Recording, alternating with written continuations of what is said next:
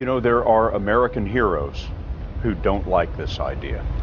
Neil Armstrong, Gene Cernan have both testified against commercial spaceflight in the way that you're developing it, and I wonder what you think of that.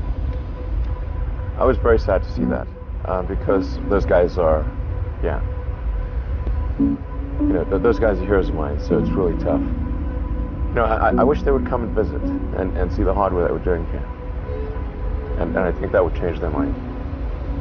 They inspired you to do this, didn't they? Yes. And to see them casting stones in your direction.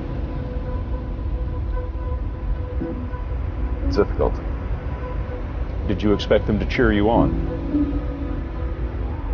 So they're hoping they would. What are you trying to prove to them? What I'm trying to do is to make a significant difference in spaceflight and help make spaceflight accessible to almost anyone. One of the most difficult choices I've ever faced in life was in 2008, I think I had maybe $30 million left, or $30 or $40 million left in 2008. I had two choices. I could put it all into one company, and then the other company would definitely die, or split it between the two companies. But if I split it between the two companies, then both might die. When you put your blood, sweat, and tears into creating something, or building something, it's like a child. And so it's like, which one am I going to let one starve to death? I couldn't bring myself to do it, so I split the money between the two. Fortunately, thank goodness, they both came through. What was your biggest failure, and how did it change you? Well, there's a ton of failures along the way, that's for sure. As I said, for SpaceX, the first 3 launches failed, and we actually were just barely able to scrape together enough parts and money to do the 4th launch. If that 4th launch had failed, we would have been dead. So multiple failures along the way. I tried very hard to get the right expertise in for SpaceX. I tried hard to find a great chief engineer for the rocket, but the good chief engineers wouldn't join, and the bad ones, well, there was no point in hiring them. So I ended up being chief engineer of the rocket. So if I could have found somebody better, then we would have maybe had less than 3 failures. That 3rd failure in a row, did you think, I need to pack this in? Never. Why not? I don't ever give up. So many people tried to talk me out of starting a rocket company. It was crazy. One good friend of mine collected a whole series of videos of rockets blowing up and made me watch those. He just didn't want me to lose all my money. We're doing these things that seem unlikely to succeed, and we've been fortunate, and at least thus far they have succeeded. Now is the time to take risk. You don't have kids. As you get older, your obligations increase.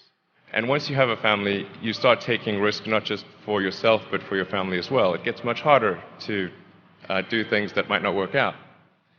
So now is the time to do that before you have those obligations. So I would encourage you to take risks now. Do something bold. You won't regret it. How did you figure you were going to start a car company and be successful at it? Well, I didn't really think Tesla would be successful. I thought we would most likely fail. But I thought that we at least could address the false perception that people had that an electric car had to be ugly and slow and boring like a golf cart. But you say you didn't expect the company to be successful, then why try? If something's important enough, you should try, even if the probable outcome is failure. Or how do you think about making a decision when everyone tells you this is a crazy idea? Or where do you get the internal strength to do that? Well, first of all, I'd say I actually think I feel fear quite strongly.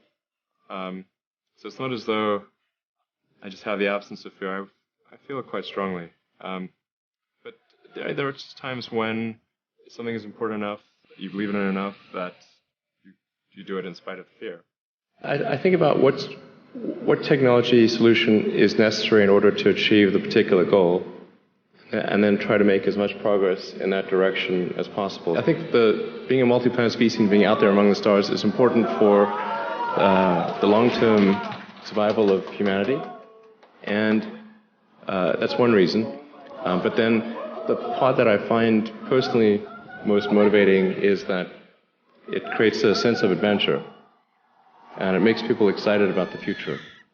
If you consider two futures, one where we are forever confined to Earth until eventually something terrible happens, or another future where we are out there on many planets, maybe even going beyond the solar system, I think that second version is incredibly exciting and inspiring, and there need to be reasons to get up in the morning.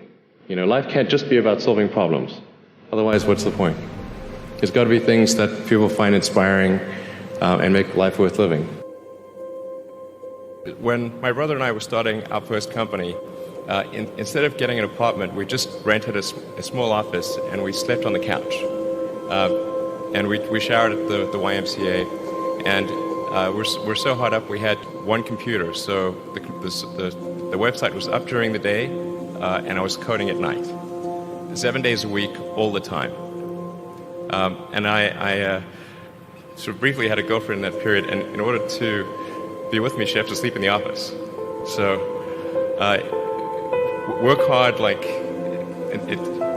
every waking hour. That's the thing I would say, particularly if you're starting a company. Whatever area that you get into, given that even if you're the best, there's always a chance of failure. So I think it's important that you really like whatever you're doing. If you don't like it, life is too short. If you like what you're doing, you think about it even when you're not working. I mean, it's something that your mind is drawn to. And if you don't like it, you just really can't make it work, I think.